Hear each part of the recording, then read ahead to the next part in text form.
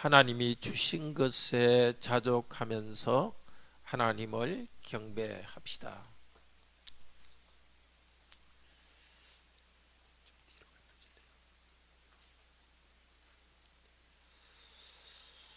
사단은 우리가 누리는 천국의 행복을 뺏어가려고 지금도 우리를 유혹합니다.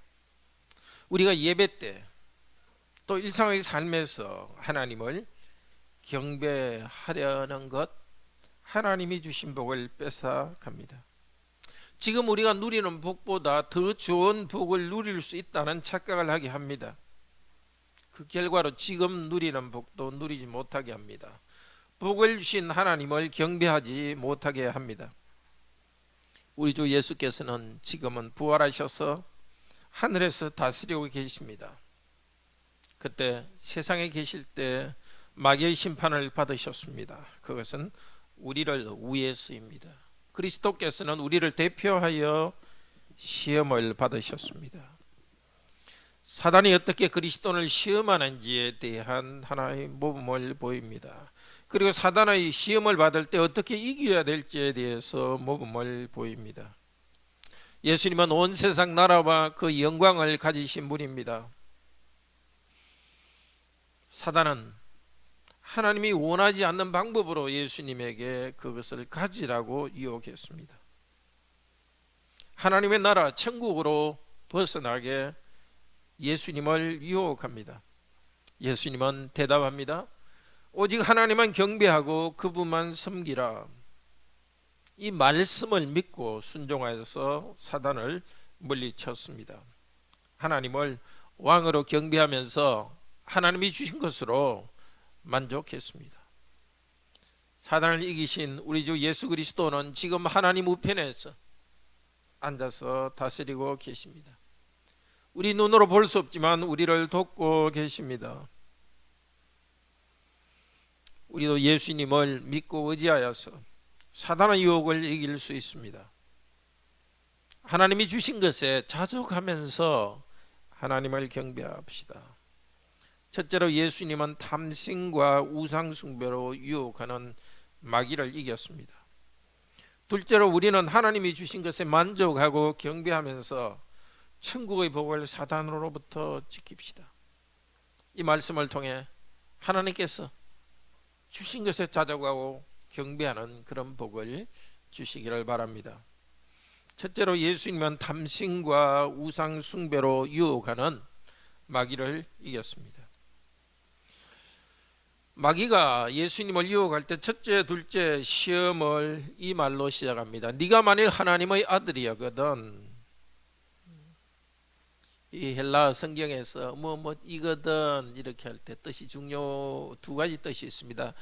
아닌데 이라면 이렇게 말하는 것도 있고 이니까 이라면 이런 말도 있습니다. 여기서 네가 만일 하나님의 아들이라면 이것은 너는 하나님의 아들이니까 예수 그리스도는 하나님의 아들이라는 것을 알고 있고 믿음을 가지고 있습니다. 예수님께 하나님의 아들이라는 그 사실도 의심하려고 만들었습니다. 셋째 시험에서는 사단은 아예 이 말도 하지 않습니다. 너는 하나님의 아들이니까 이 말도 하지 않고 막말을 합니다. 세상 나라와 그 영광을 보여주었습니다. 만일 내게 경배하면 이 모든 것을 주리라. 맞습니다. 예수님은 하나님의 아들로서 이 세상 나라와 그 모든 영광을 가지고 있는 것이 맞습니다. 원래 하나님의 영광을 가지신 삼위일체 하나님, 그 중에 한 분이신 성자께서 하나님의 영광을 버리고 사람이 되셨습니다. 사람들을 죄로부터 구원하시기 위해서입니다. 죄인들 중 한 사람이 되셨습니다. 사람들의 죄와 고통을 하나도 빠짐없이 경험했습니다. 죄가 없지만은 죄의 유혹을 다 경험했습니다. 사람의 죄에 대한 하나님의 진노를 졌습니다. 십자가에 죽으시기 위해서 사람이 되셨습니다. 십자가에서 죽으신 후에 부활해서 이제 하늘에서 다스리고 계십니다. 그러나 세상 나라는 점점 예수 그리스도와 대항하고 있습니다. 그럼에도 불구하고 예수 그리스도께서는 교회를 점점 강하게 발전하게 성장하게 할 것입니다. 마지막 재림하실 때는 이제 온 세상 나라와 그 영광을 다 가지실 것입니다. 그러나 예수 그리스도는 교회는 아직 고난 받아야 할 때입니다. 예수 그리스도께서 그때 2000년 전에는 아직은 고난 받아야 될 때입니다. 하나님의 영광을 다 가질 때가 아닙니다. 맞습니다. 원래 온 세상 나라는 예수 그리스도의 것입니다. 그리고 온 세상 나라와 그 영광은 나쁜 것이 아니고 좋은 것입니다. 그러나 지금 예수님이 시험을 받으실 때 그 순간 세상 나라에는 다툼이 있고 악한 것이 있습니다. 세상 나라는 그 자체로서 원래는 좋은 것이지만 뒤틀려 있기 때문에 세상 나라는 예수 그리스도의 은혜로 회개하고 하나님 나라로 바뀌어야 될 나라입니다. 예수님께서 이 모든 악을 이기시고 승리할 때가 옵니다. 그런데 사단은 아직 때가 되지 않는데도 세상 나라 그대로 죄악이 있는 그대로 예수 그리스도께 부유와 명예를 가지라고 유혹합니다. 이렇게 생각할 수 있습니다. 예수면 뭐 하나님인데 뭐 사탄의 그 넘어가. 그렇게 생각하면 예수님께서 감람산에서 아버지 할 수 있거든 이 잔을 내게서 떠나시옵소서 이렇게 한 것도 이해가 안 갑니다. 근데 예수님이 하나님에 대해서 알아야 될 것은 하나님의 아들이시지만은 자기의 능력을 다 비워버렸습니다. 그게 중요합니다. 자발적으로 다 비워버리기 때문에 없습니다. 이언과 비슷하죠. 원래 아주 엄청난 부자지만은 자기 재산을 다른 사람에 다 주어버리면은 빈털터리죠. 구걸하고 다녀야 되죠. 예수님도 지금 하나님의 아들이라는 그 자기 정체성은 변함이 없지만은 아들로서의 권세를 다 내려놓았기 때문에 사단의 시험을 받을 수 있는 겁니다. 물론 예수님께서는 내가 그것을 세상의 영광 그대로 가져야 되겠다고 유혹에 그냥 확 넘어간 것은 아니지만은 세상이 주는 영광 그 자체가 예수님을 당긴 것은 사실입니다. 만약에 예수님을 어떻게 유혹하지 않았다면 이건 시험이 아니죠. 마음을 그쪽으로 움직이는, 그러나 움직이지 않는 그런 조항이 있었습니다. 하나님이 원하시지 않는 방법을 쓰면서 세상의 영광을 받을 수 있는 그런 생각은 일어났습니다. 행동하지 않았습니다. 예수님이 그렇게 약하게 시험받을 수 있도록 예수님은 자신을 낮추셨습니다. 이것 또한 큰 은혜입니다. 하나님이신 그분께서 그렇게 낮춰서 시험받을 수 있는 그런 천한 분으로, 약한 분으로 자기를 낮추었습니다. 어떻게 이깁니까? 신명기 16장 12절 말씀을 인용하여 이깁니다. 신명기 6장 10절부터 말씀을 봅시다.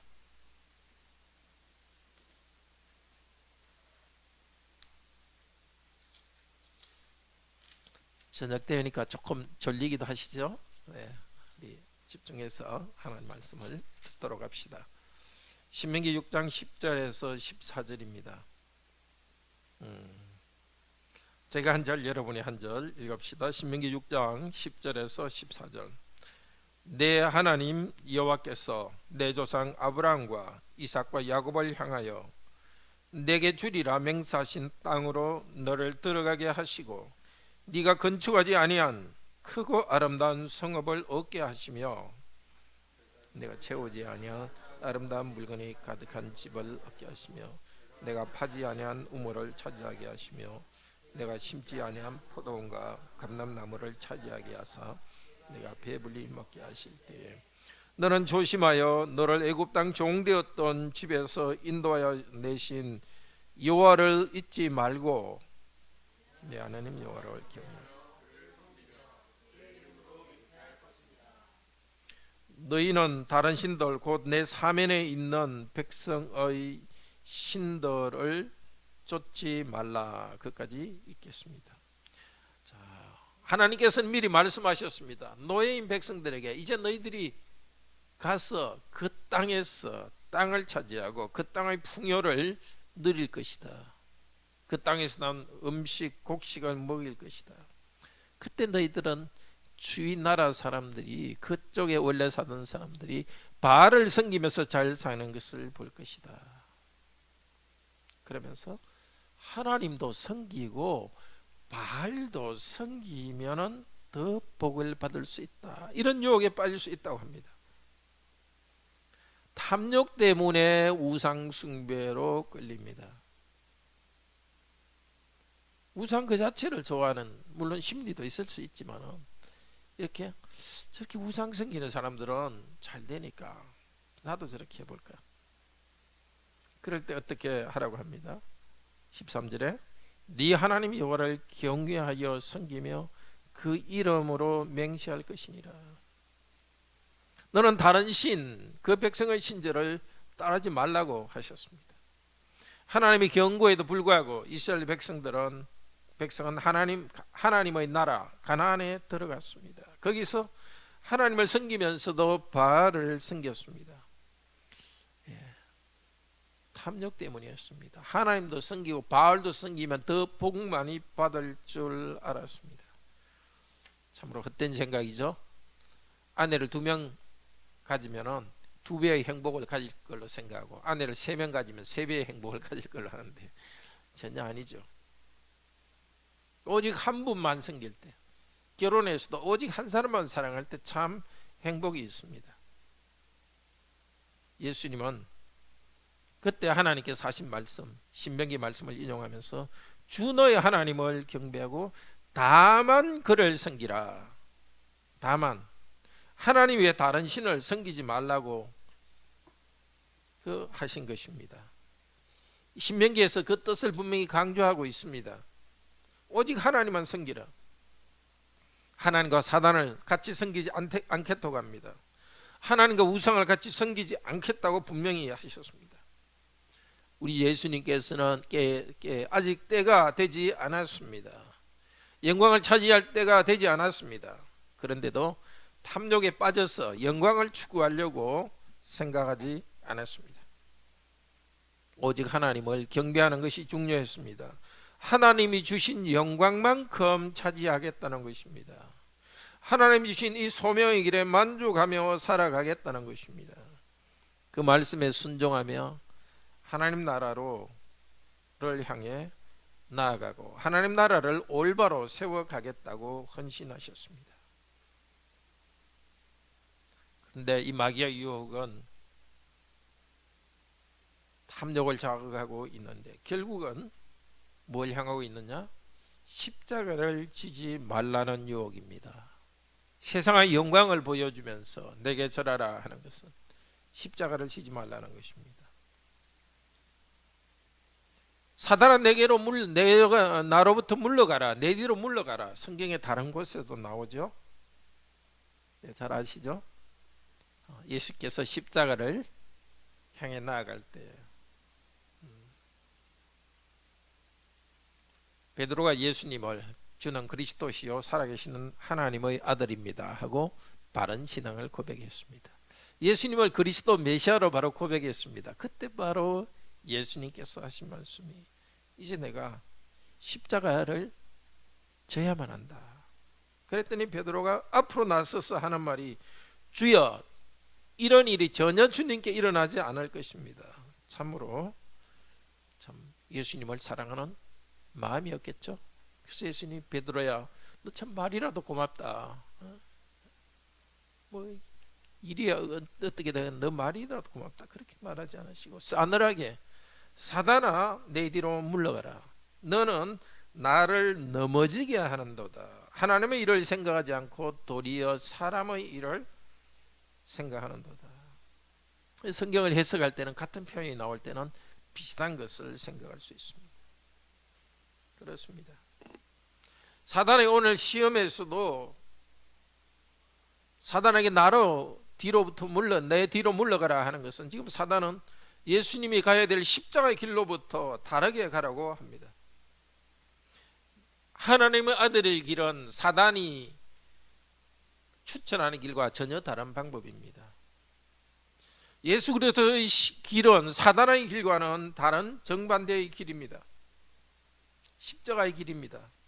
이 세상의 영광을 위해 나가는 길이 아닙니다. 행복을 위해서, 그리고 수단 방법을 가리지 않는 탐욕의 길이 아닙니다. 그런 사탄의 일과 정반대의 길입니다. 예수께서는 원래 하늘의 영광을 가지신 분인데 영광을 내려놓으신 분입니다. 인류의 죄를 위해서 자신을 내어주시는 분입니다. 자신의 희생을 통해서 하나님께 경배하였습니다.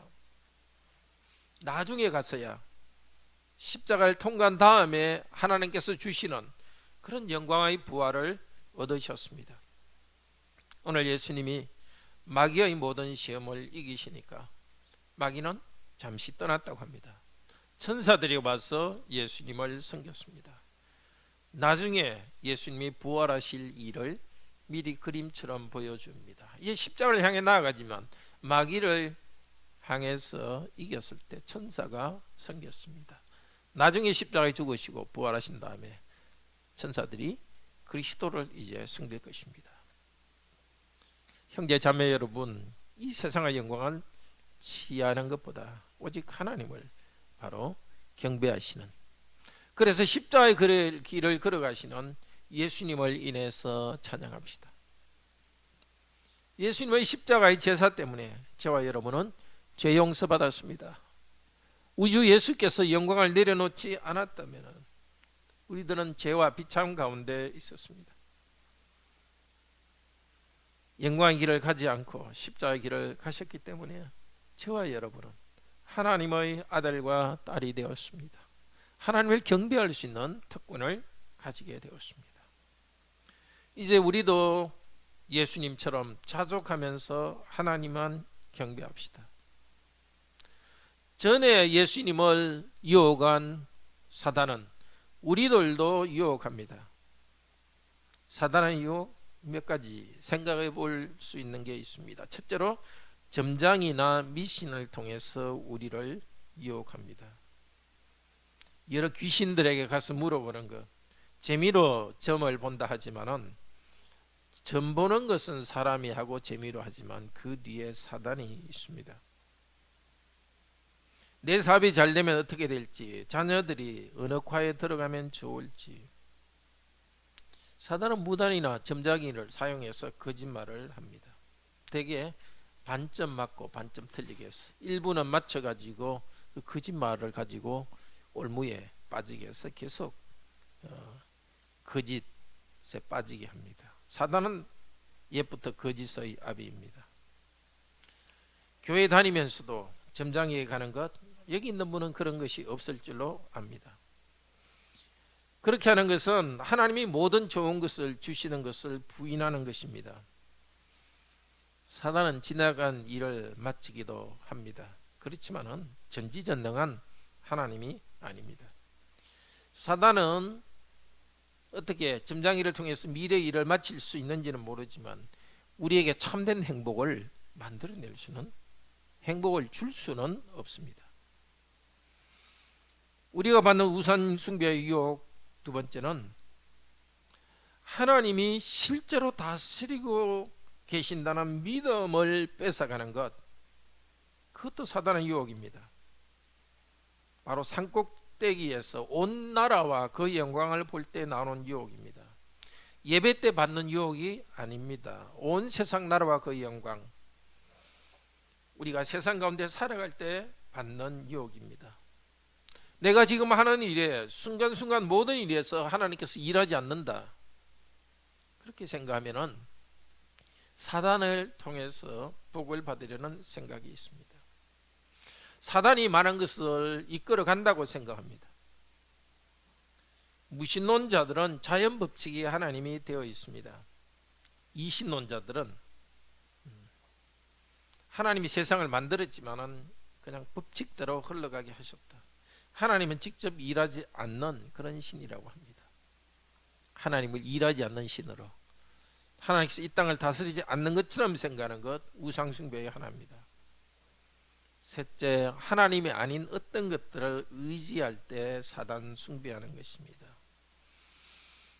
돈과 공부를 통한 성취, 다른 사람의 인정, 그런 것들 우리 삶의 복입니다.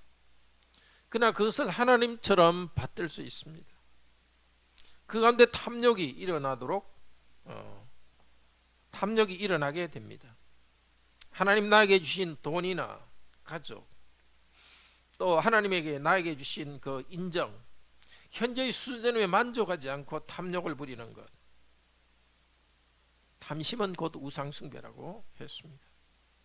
하나님께서 주신 것보다 더 많이 가지려 하니까 하나님 아닌 다른 것을 하나님처럼 의지합니다.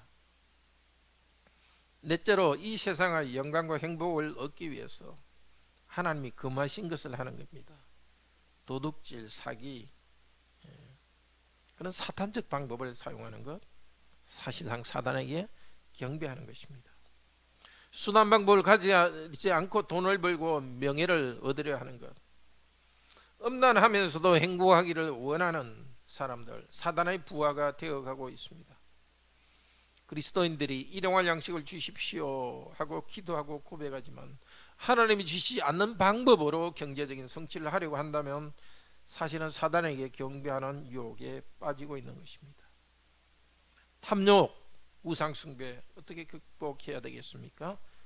자족, 나눔, 경배입니다. 골로새서 3장 5절은 탐심은 곧 우상숭배라고 했습니다.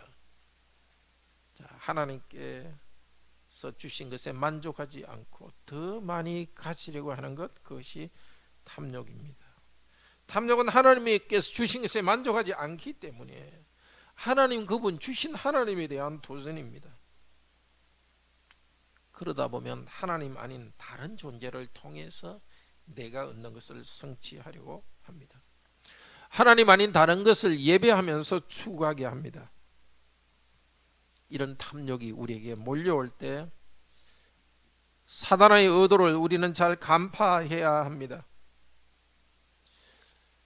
이런 탐욕은 뺏어갑니다. 이미 우리가 누리고 있는 하나님 나라의 복을 뺏어갑니다. 욕심 많은 그 개 이야기, 이솝 우화에 나오는 거 알죠? 개 한 마리가 생선을 입에 물고 가다가 다리를 건너는데 다리 밑에 물이 쭉 흘러가고 있습니다. 자기와 비슷하게 생긴 개 한 마리가 생선을 물고 있으니까 욕심이 나가지고 생선 달라 하고 왕 하니까 자기 입에 있는 생선까지도 그냥 잃어버렸죠. 그렇습니다. 주신 것에 자족하지 않고 더 추구할 때는 사실 있는 것까지 빼앗깁니다. 천국의 복을 주신 하나님으로부터 벗어나게 됩니다. 하나님을 왕으로 섬기지 않을 때에 하나님이 주신 행복에서 멀어지게 됩니다. 하나님 나라의 복을, 이미 주신 복을 마귀에게 빼앗기지 맙시다.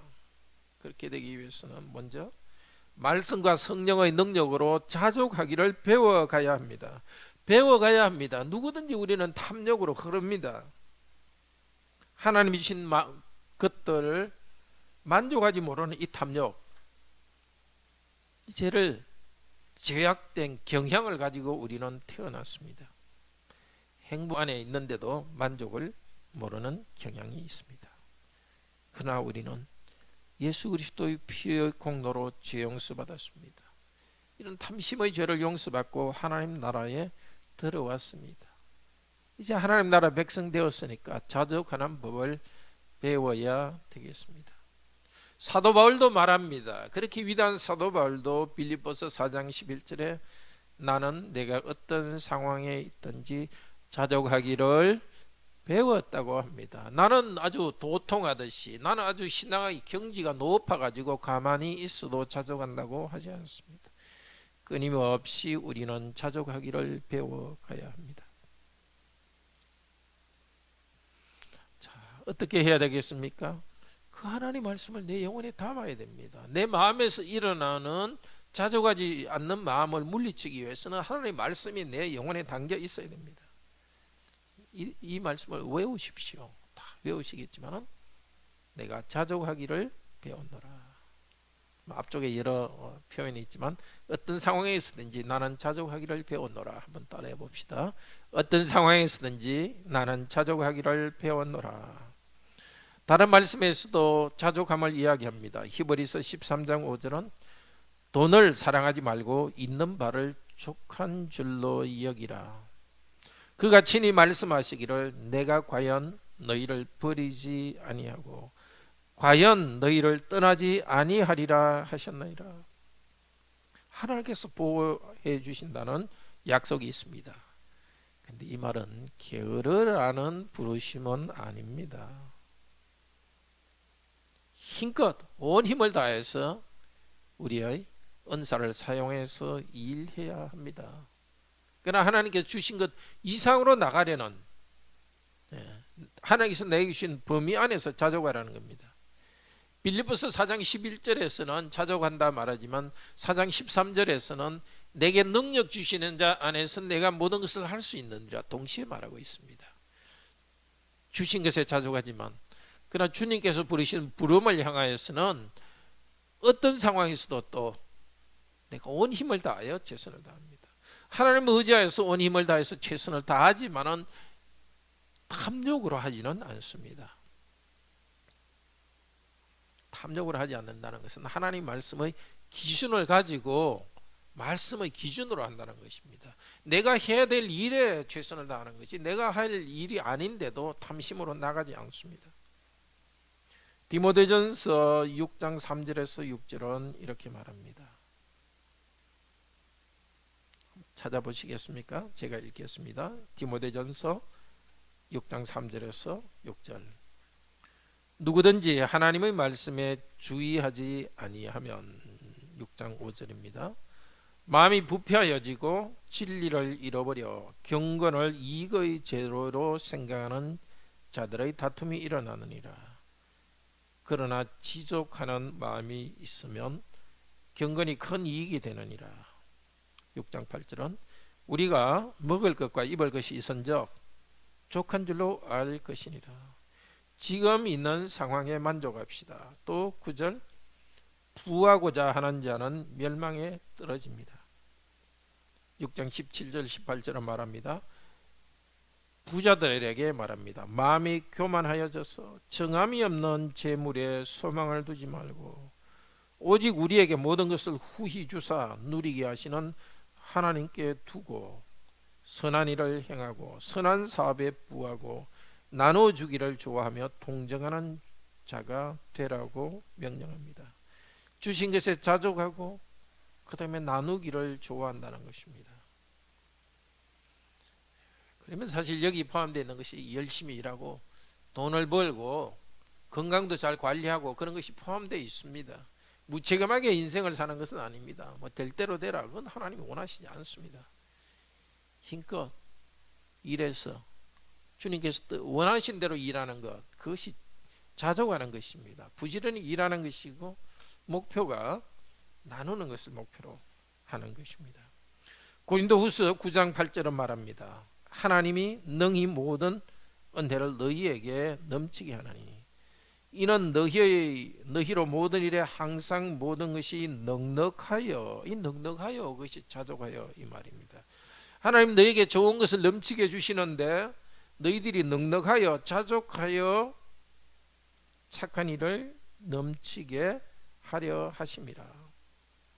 자, 하나님께서 넉넉하게 주신다는 것, 그냥 넉넉하게 우리 번역대로 읽으면 혼돈될 수 있죠. 하나님이 우리에게 물질을 많이 주시는 것은 고린도후서 9장 8절에 우리가 자족한 마음이 넉넉한 겁니다.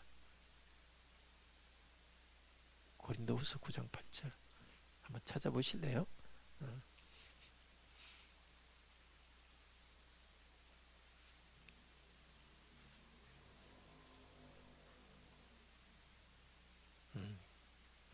같이 읽읍시다. 고린도후서 9장 8절. 하나님이 능히 모든 은혜를 너에게 넘치게 하시나니 이는 너희로 모든 일에 항상 모든 것이 넉넉하여 모든 착한 일을 넘치게 하려 하심이라. 그냥 읽으면 모든 것이 넉넉하여, 이 말은 내가 넉넉하게 뭘 사용한다는 뜻 같지만 오히려 반대 말입니다.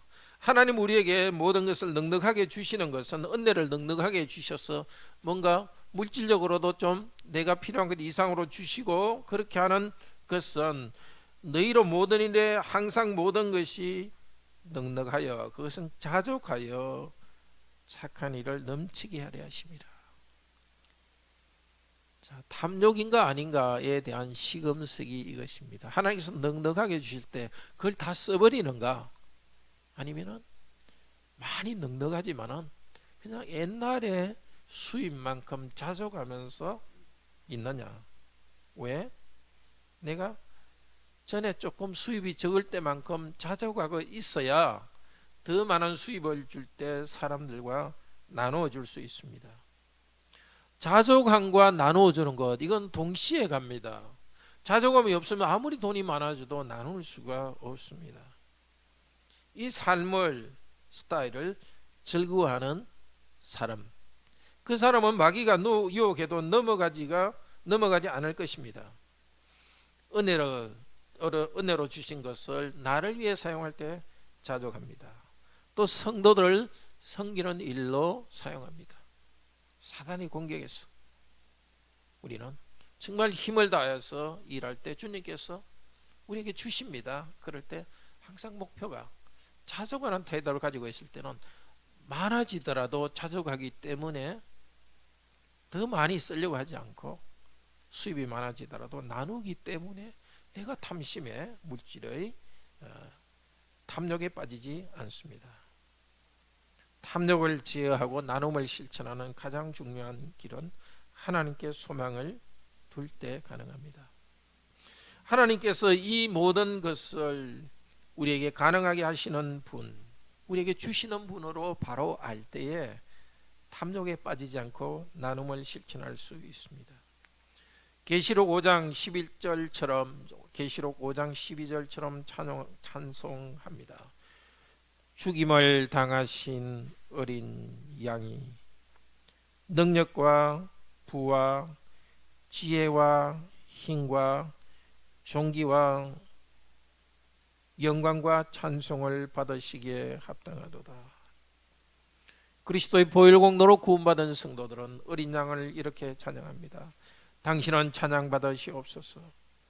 당신에게는 능력이 있고 부유함이 있고, 당신에게는 지혜와 힘과 존귀와 영광과 찬송이 있습니다. 이렇게 찬송하는 성도는 부와 만족을 하나님께만 둡니다. 이렇게 찬송하면서 주님만 섬기고 예배하며 나가는 성도들, 때가 되면 하나님이 창조하신 세상에서 넉넉히 왕노릇 하실 것입니다. 그렇게 왕노릇하는 주님을 찬양하는 성도들은 이 땅에서 작은 것에 대해서도 우선은 자족합니다. 그리스도인은 더 성취하기 위해서 계속 끊임없이 노력합니다. 그러나 더 성취가 되기 전에, 더 성취하기 전에 가져야 될 태도가 바로 자족입니다. 바탕에 항상 자족이 깔려 있으면서 내가 지금 주신 것도 참으로 감사다. 그렇지만 하나님께서 나에게 주신 소명이 있고 은사가 있고 재능이 있기 때문에 이것을 갖다 썩혀서는 되지 않기 때문에 또 더 노력합니다. 더 노력해서 얻더라도 그만큼 또 자족하면서 또 더 노력합니다. 자족이 바탕이 돼서 우리는 더 많은 것을 성취합니다. 탐욕의 우상에 빠진 사람과는 다른 길입니다. 이런 삶을 살아가는 성도는 예배에서 하나님을 즐거워합니다. 바로 지금 내 환경이 어려움이 있고 내 환경에 갈등도 있지만 하나님이 나의 하나님이 되시기 때문에 하나님으로 만족하면서 우리는 하나님을 찬양합니다. 그럴 때 우리는 삶에서 누리고 있는 것에 자족하며 즐거워합니다. 그냥 내가 자족하다고 생기는 것이 아니라 우리 하나님을 예배에서 만나고 하나님으로 만족하는 것이 있을 때에 하나님과의 관계 때문에 삶에서 자족할 수 있습니다. 자족하는 것도 은혜입니다. 주위 사람을 보십시오. 많이 가졌는데도 끊임없이 만족하지 못하고 계속해서 찡그리고 불평하는 사람들이 얼마나 많이 있습니까? 그러나 작게 가지고 있는 데서 자족하는 것 참 큰 은혜입니다. 엄청나게 좋은 반찬과 식탁이 있는데도 불평하는 사람도 있습니다. 그건 아주 검소한 몇 개의 반찬을 가지고 있지만, 반찬을 가지고 먹고 있지만 자주 가는 사람, 자주 갈 수 있는 것, 그것이 하나님의 은혜입니다. 나눔을 실천하는 것도 하나님의 은혜입니다. 우리가 하나님을 경배하는 것도 하나님의 은혜 때문에 가능합니다. 사단이 우리를 유혹하고 탐욕으로 시험할 때 정말 찾아갈 수 있도록, 나눔을 향해 나갈 수 있도록, 경배가 이루어질 수 있도록 간구하며 하나님 앞에 섭시다. 그리고 하나님 능력을 의지하여서 사단아 물러가라 하고 명령합시다. 형제자매 여러분, 이 생각 꼭 기억합시다. 우리 주 예수께서는 탐욕을 자극하는 마귀를 이기셨습니다. 오직 하나님만 경배하셨습니다. 그분이 우리의 중보자이십니다. 이제 우리 그리스도를 믿음으로써 그리스도 안의 능력으로 우리도 고백하게 되기를 바랍니다. 우리에게 주신 모든 것이 하나님의 은혜요, 그렇기 때문에 지금 상황에 자족합시다. 그리고 우리의 인생의 목표를 더 많이 누리겠다는 것이 아니라 더 많이 나누겠다는 것을 우리의 비전으로 합시다. 그럴 때 주님께서 오셨을 때 착하고 충성된 종아, 네가 땅의 것에 충성했기 때문에 내가 영원한 것으로, 많은 것으로 내게 맡기리라고 복내려 주실 것입니다. 다 같이 하나님을 찬양합시다. 331장입니다.